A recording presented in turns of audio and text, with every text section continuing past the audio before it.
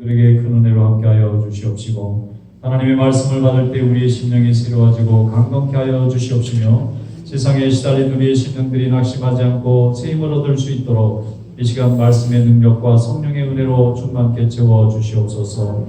세상은 더욱 소란하고 어려운 가운데 있사오나 우리 하나님의 말씀 또한 능력이 더욱 강건해질 줄로 믿사오니 우리 하나님 아버지 붙잡아 주시옵소서. 모든 범죄들을 막아주시고 모든 다툼과 또 전쟁을 막아주시옵시며 아버지 거짓과 또 우상 숭배와 또 모든 범죄들을 다 하나님께서 사라지도록 하나님 역사하여 주시옵소서. 이 땅을 만드시고 지으시고 인도하신 하나님이 계신 것을 깨닫게 하시고 모든 심령들이 회개하고 주님께 돌아올 수 있도록 도와주시옵시며 부활의 영광에 참여하는 축복을 누릴 수 있도록 인도하여 주시옵소서. 우리가 먼저 하나님께 부름받아 부활의 자녀들이 되었사오니 감사합니다. 우리는 죽음이 우리를 삼키지 못하며 영원한 생명을 누리는 축복을 얻게 되었사오니 하나님 아버지께 영광을 돌리게 하여 주시옵시고 이 기쁜 복음의 소식들을 모든 이들에게 더욱 널리 전하는 귀한 일꾼들 될 수 있도록 주여 함께하여 주시옵소서.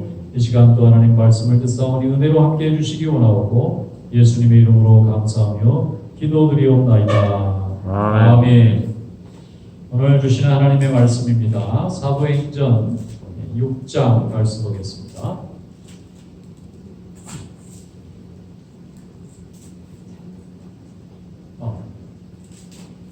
사도행전 6장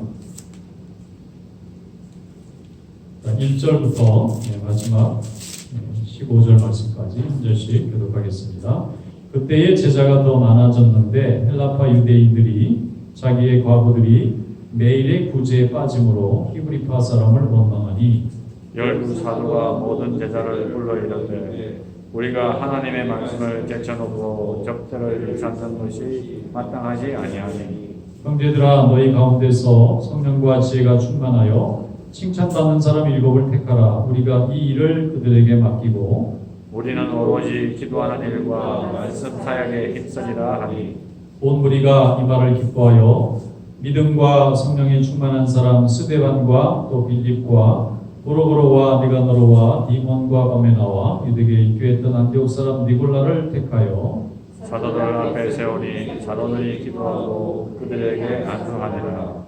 하나님의 말씀이 점점 왕성하여 예루살렘에 있는 제자의 수가 더 심히 많아지고 허다한 제사장의 무리가 이 도에 복종하니라. 스데반이 은혜와 권능이 충만하여 큰 기사와 표적을 행하니 이른바 자유민들 즉 구레네스인 알렉산드리아인 일리기아와 아시아에서 온 사람들의 회당에서 어떤 자들이 일어나 스데반과 더불어 논쟁할세 스데반이 지혜와 성령으로 말함을 그들이 능히 당하지 못하여 사람들을 매수하여 말하게 하되 이 사람이 모세와 하나님을 모독하는 말을 하는 것을 우리가 들었노라 하게 하고 백성과 장로와 서기관들을 충동시켜 와서 잡아가지고 공회에 이르러 거짓 증인들을 세우니 이르되 이 사람이 이 거룩한 것과 율법을 거슬러 말하기를 마지 아니하는도다. 그의 말에 이 나사렛 예수가 그것을 모르고 또 모세가 우리에게 전하여 규례를 묻히겠다 하걸 네가 들었노라 하거늘. 지켰습니다. 공회 중에 앉은 사람들이 다 스데반을 주목하여 보니 그 얼굴이 천사의 얼굴과 같더라. 아멘. 말씀에 은혜가 있으시기 바랍니다.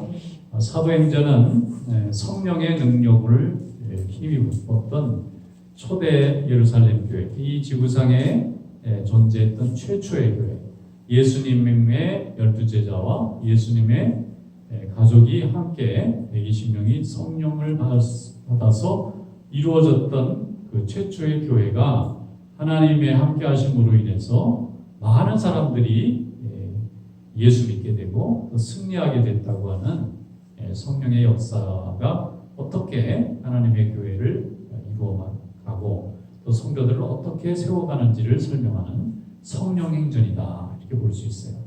여기에 보면은 7 집사가 나옵니다. 7 집사 이름을 보면은 스데반이 있고 빌립이 있습니다. 스데반은 최초의 순교자고 빌립은 또 그 이디오피아의 내시를 전도한 사람으로 우리가 잘 기억하고 있는데 그뿐만 아니라 브로그로 니가노로 디몬 바메나 니골라 이런 사람들도 있었다. 그런데 이 7명의 집사가 12명의 사도와 함께 교회에 생겨났던 최초의 직분이에요. 집사가. 그러니까 사도밖에 없었는데 집사가 생겨났어요. 집사는 말 그대로 무슨 직분으로 쓰려고 했다기보다 살림 맡은 사람이었다는 뜻에 가깝습니다.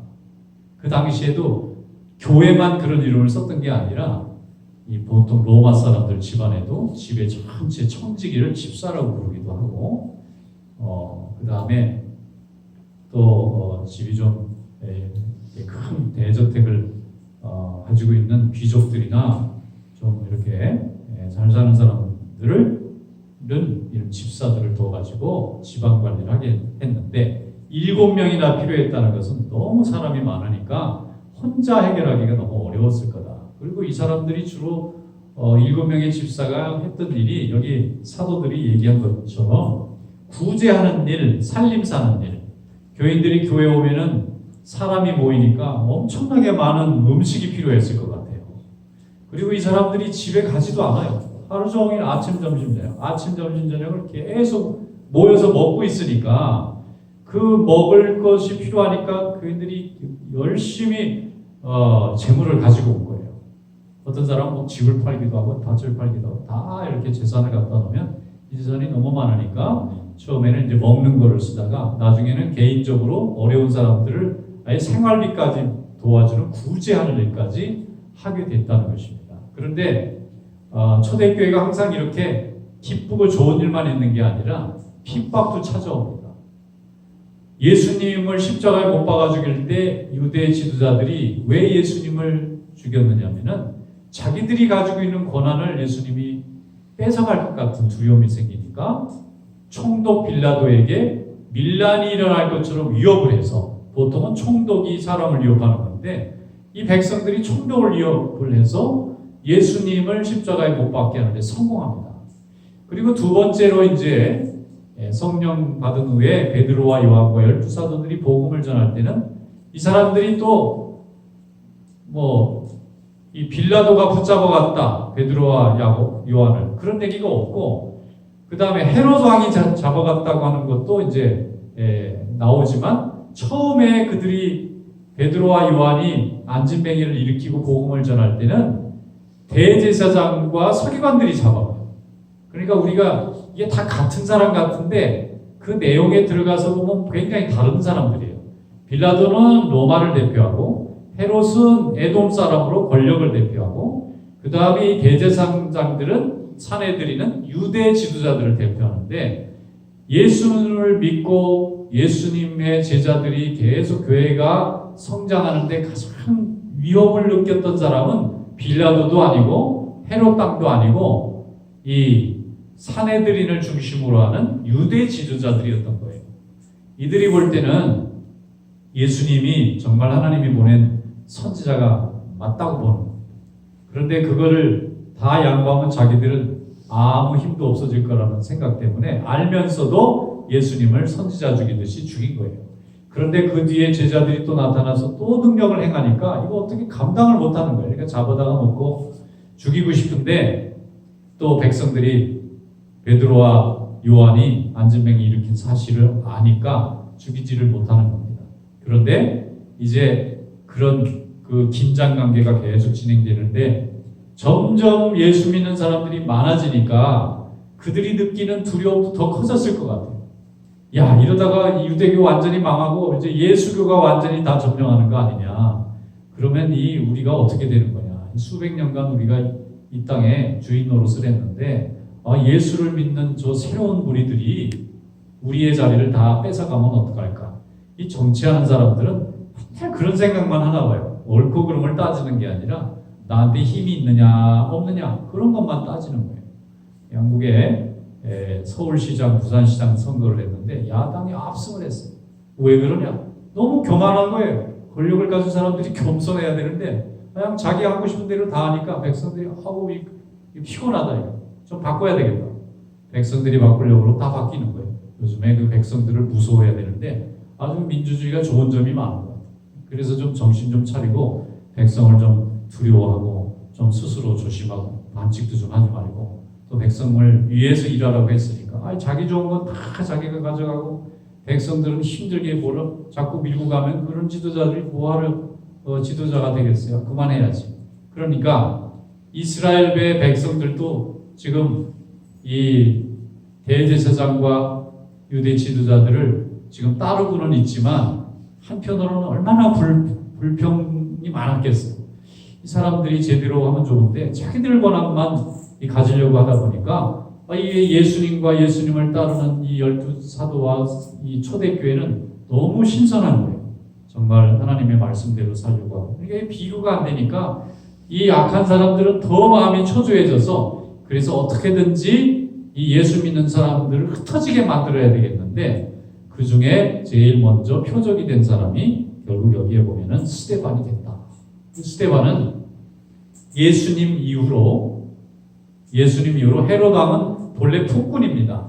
유대인들이 좋아하는 거라고만 하면 자기 권력을 유지하는데 몰표만 받을 수만 있으면 무슨 짓도 하는 사람이에요. 그래서 나중에 야고보 사도를 순교를 하게 만드는 그 이유가 이 사람은 정치로만 보는 거예요. 뭐든지.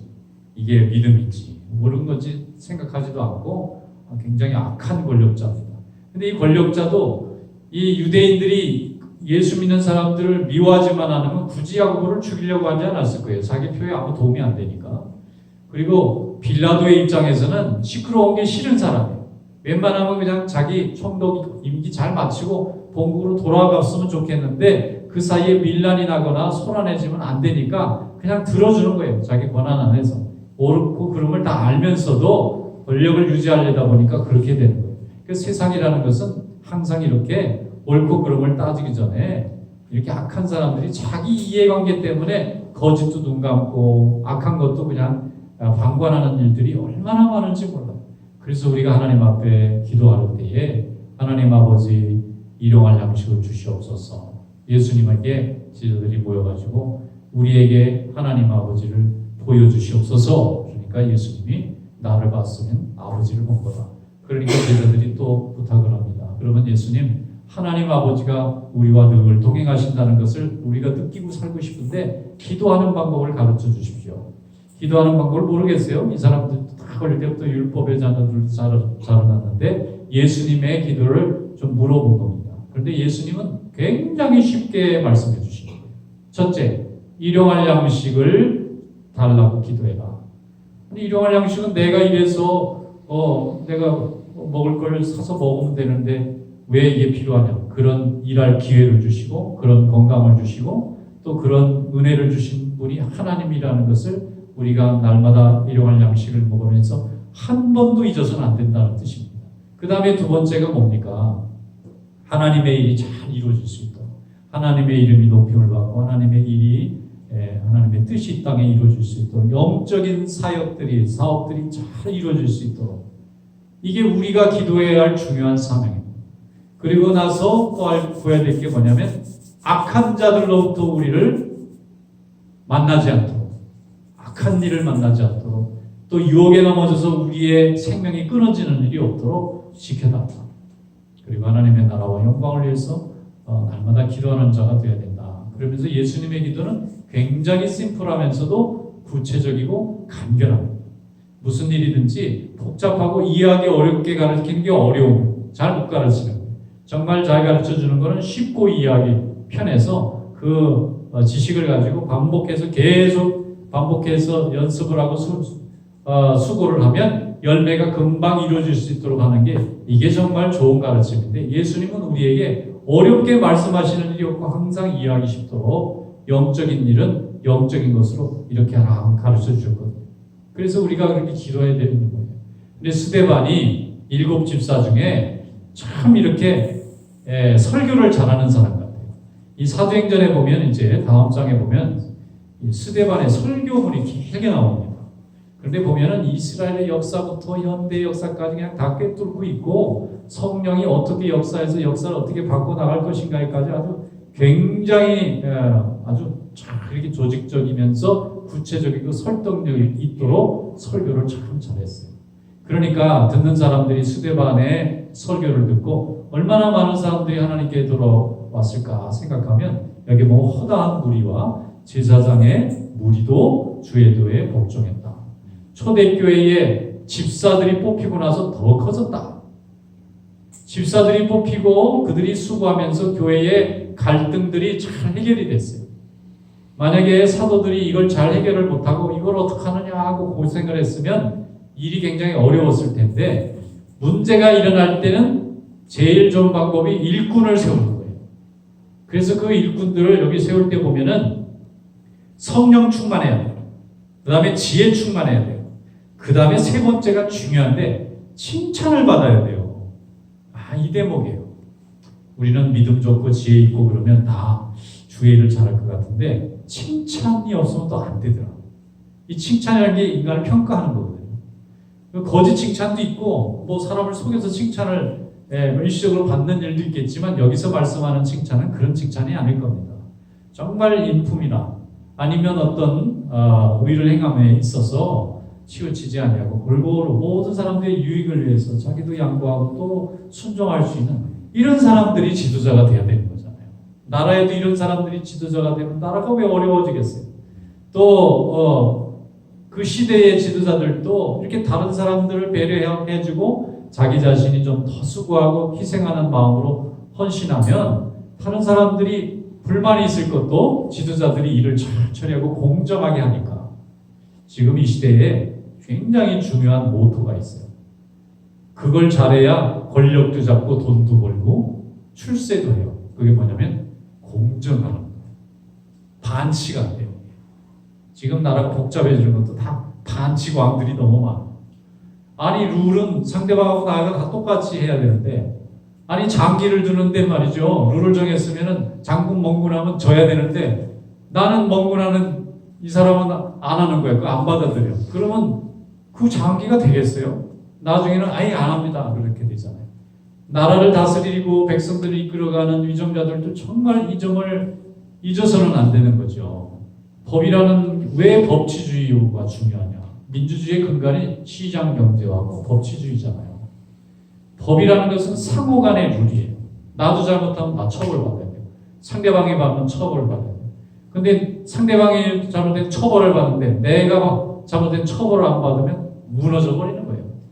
나라가 설 수가 없어요. 불신으로 가득 차게 되고 갈등으로 가득 차게 되니까 그럴 때는 뭐 할 수 없죠. 물러나야죠. 안 물러나면 물러날 수밖에 없게 돼버려요. 세상이 가만히 있지는 않습니다. 그래서 여기에 있는 7 집사들은 그 당시에 초대교회의 그 많은 교인들 중에서 정말 예수님이 직접 기른 12명 이외에는 최초로 교인들의 평가를 받고 일꾼이 된 사람이에요. 12사도는 교인이 없었어요. 그때는 예수님만 좋으면 따라가면 됐는데, 이 7사도들은 이 12제자와 7사도를 비교할 수는 없습니다. 이 굳이 레벨로 보자면 12사도가 훨씬 더 훌륭한 분이죠. 왜냐하면 아무도 예수님을 따르지 않을 때 자기 인생을 건 사람들이니까. 그런데 이분들이 다 사람들에게도 인정받을 만한 일꾼이었는지는 확실치 않아요. 베드로라든가 뭐 여러 사람들 보면 사람들에게는 그렇게 인기가 있을 만한 성품들이 아니에요.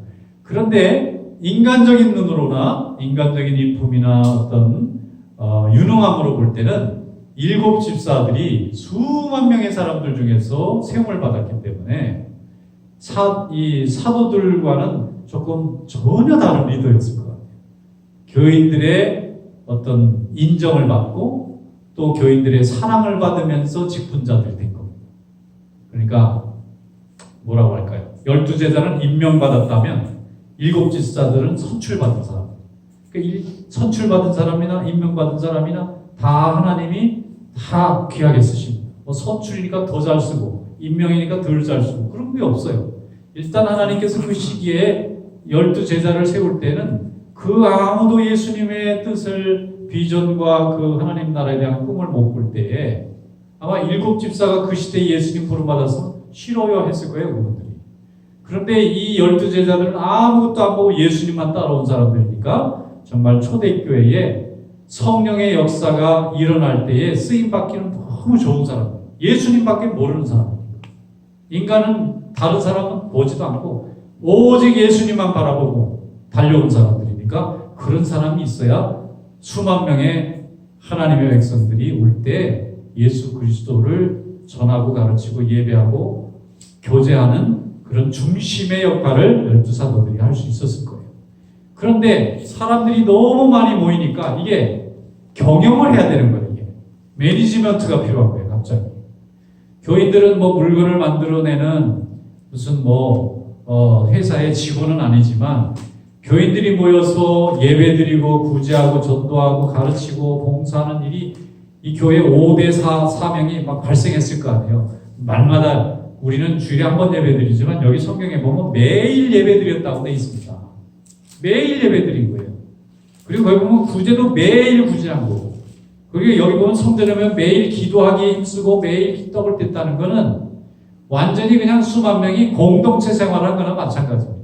대신 차이가 있다면 이제 자기 집에서 자고 오고, 낮에는 이 교인들이 모이는 장소에 다 모여 있다는 건데, 그때는 뭐 무슨 교회당 같은 빌딩이 있지도 않았을 거고, 교인들이 중에 아주 큰 집이 있는 사람들 집이 아마 가득 차고도 그냥 넘쳐가지고, 그 다음에 이제 모자라면은 다 성전 앞에 큰 광장이 있으니까 거기는 이스라엘 사람들 전체들이 모이는 큰 광장이니까 거기 한쪽에 모여서 그냥 말씀 공부하고 찬양하고 그러면서 정말 예루살렘에 있는 사람들은 예수 믿는 사람들의 무리를 날마다 성전 갈 때 지켜보고 지나가야 될 정도로 가득 모여 있었을 거예요. 그런데 그 중에 뽑힌 종들이니까 일곱 집사들은 하나님이 그 시대에 정말 유능하게 쓰시려고 준비한 종들이라고 믿습니다.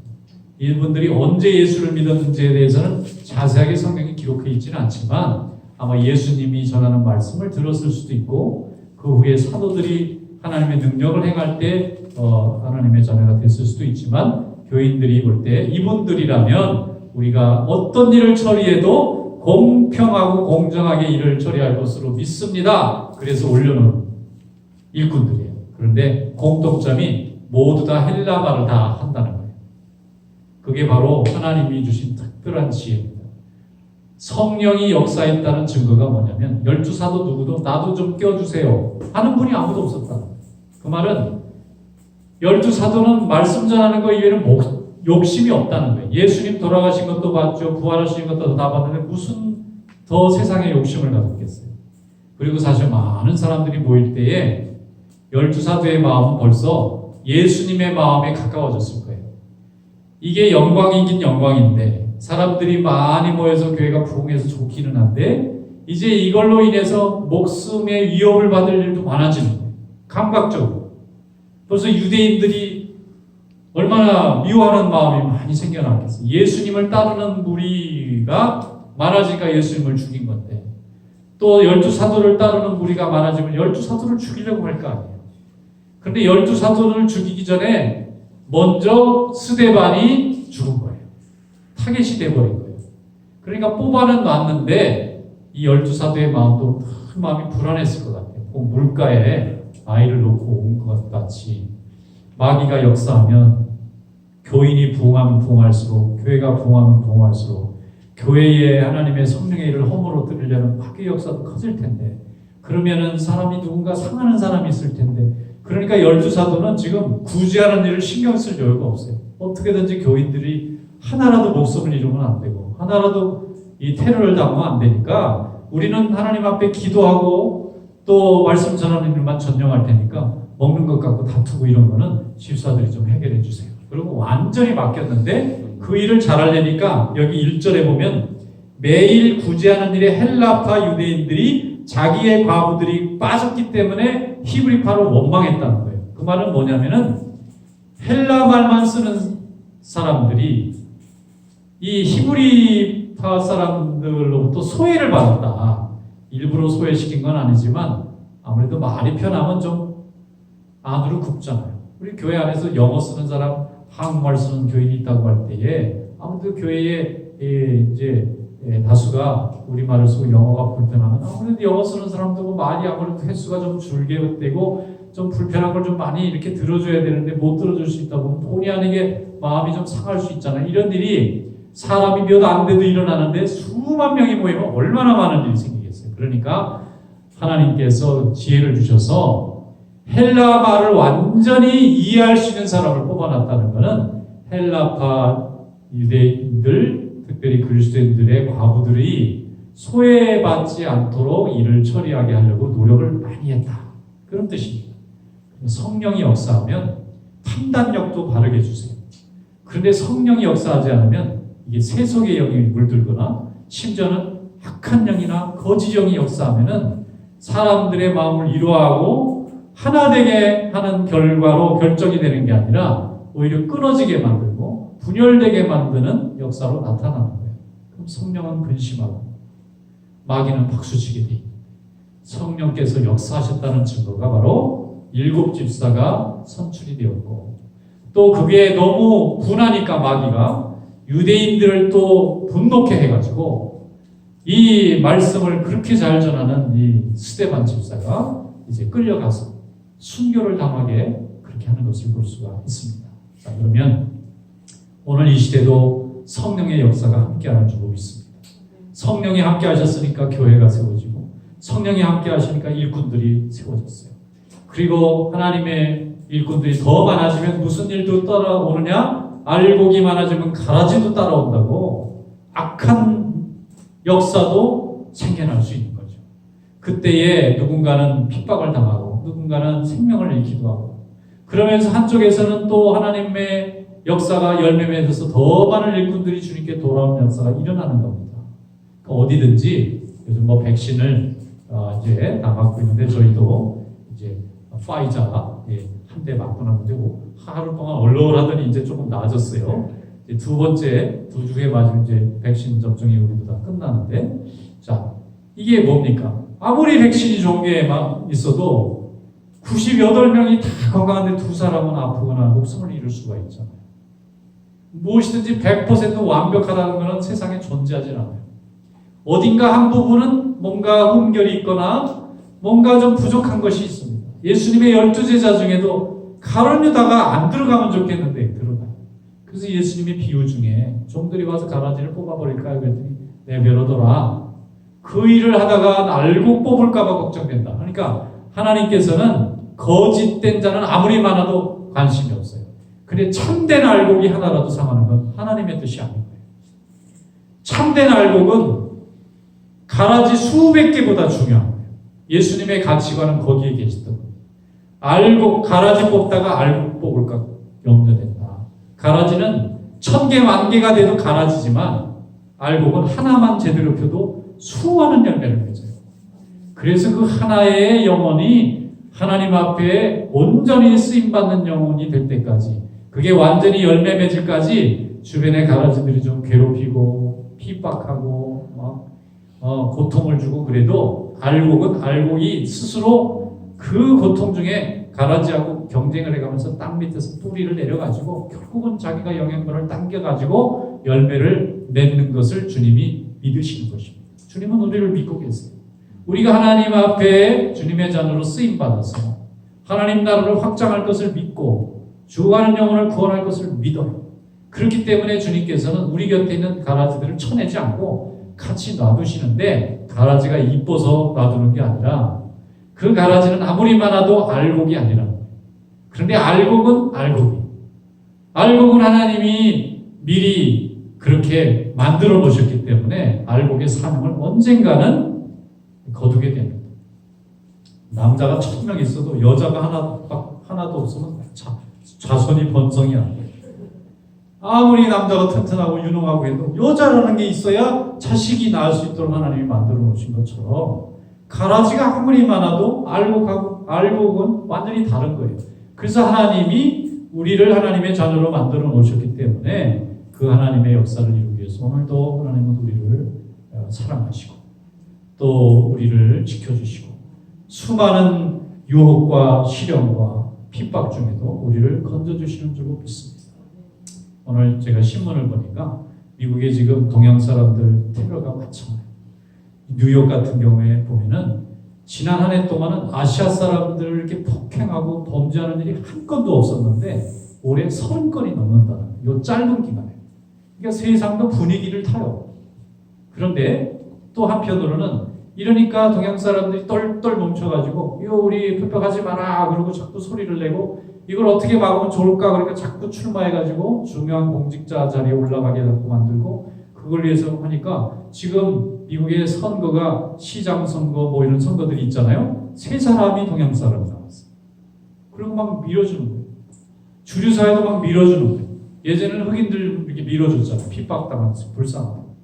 그런데 지금은 여기까지는 동양 사람들은 아유 우리는 그냥 우리 먹고 사는데 지장 없으면 신경 안 쓰니까 알아서 그냥 잘하세요 그랬는데 이게 진짜 지장이 되는 거예요. 막 매도 많고 범죄 타겟이 되기가 쉬워요. 다 그런 건 아니지만 그런 일이 너무 많이 생기니까 이거 어떻게든지 막아야 되겠다 그래서 지금 뉴욕 타임즈에서 뭐라고 돼 있느냐면 핍박을 에이시안들이 많이 당하는데도 불구하고 정치력은 급격하게 성장하고 있다. 앞으로 주 상무면, 시의원, 그 다음에 중요한 뭐 이렇게 보안관, 쉐리프, 뭐 이렇게 출마직에 자녀들이 서로 나가겠다고 막 전부 다 이게 우리 목소리를 내야 되는 거라고 이제 생각합니다. 이게 돼야만 우리 부모 세대들이 보호를 받고 이 나라는 다 법치국가니까 물론 범죄는 뭐 끊임없이 일어나겠지만 차별도 끊임없이 일어나겠지만 계속해서 그걸 막을 수 있는 노력을 법이 정한 테두리 안에서 열심히 하다 보면 어느 사이에 정치력은 굉장히 상승해져서 아니 대통령이나 뭐 각 당의 높은 사람들이 예전 같으면 이런 거 나와도 뭐 테러가 있고 뭐 사람이 죽고 그래도 와서 들여다본 적이 없어요. 근데 지금 뭐 대통령부터 다 와가지고 한 번씩 들여다보는 이유가 그만큼 중요해졌다 그런 얘기. 수는 정말 작아요. 이 미국의 전체 인구 중에 이 아시아 사람들 포션은 얼마 안 돼요. 그런데도 이렇게 서로 협력해가지고 자꾸 뭔가를 건의하고 이 세상 사람들은 이 법을 떠나서 힘으로 뭘 해보려고 그러는데 우리 하나님을 믿는 사람들이나 또 이렇게 열심히 교육받고 이런 사람들은 법이 정해놓은 룰을 이용해서 나를 보호할 줄 아는 그런 훈련을 하잖아요. 그러니까 이걸 통해서 점점 발전해 나간다고 하는 걸 생각해보면 또 한편으로 감사하다 그런 생각이 듭니다. 뭔가 하면은 하나님께서 이 땅에 하나님의 말씀을 통해서 가르치고 또 세우시는 종들은 아무리 세상이 어렵고 복잡하고 심지어는 전쟁과 테러가 끊이지 않은 세상 속에서도 하나님의 교회는 교회로 계속 성장해 나갈 것이며 주의 백성들은 주의 백성으로 주의를 감당할 수 있도록 하나님이 인도하실 줄로 믿습니다. 그러니까 악을 악으로 갚지 말고 악을 선으로 갚는 게 이긴다는 이 사도 바울의 고백이 성경의 말씀이 맞는 거예요. 그래서 오늘 이 초대교회에 하나님의 백성들이 더욱 은혜 받고 부흥할 때 마귀의 역사도 커졌다는 것을 우리가 생각하면서 어떤 어려움이 있다 할지라도 주님의 몸된 교회가 부흥하고 성장할 때 많은 핍박도 능히 이기고 승리하는 그런 믿음이 되시기를 주님의 이름으로 축원합니다. 기도하겠습니다. 거룩하신 하나님 아버지 감사합니다. 오늘도 주님의 은혜와 사랑으로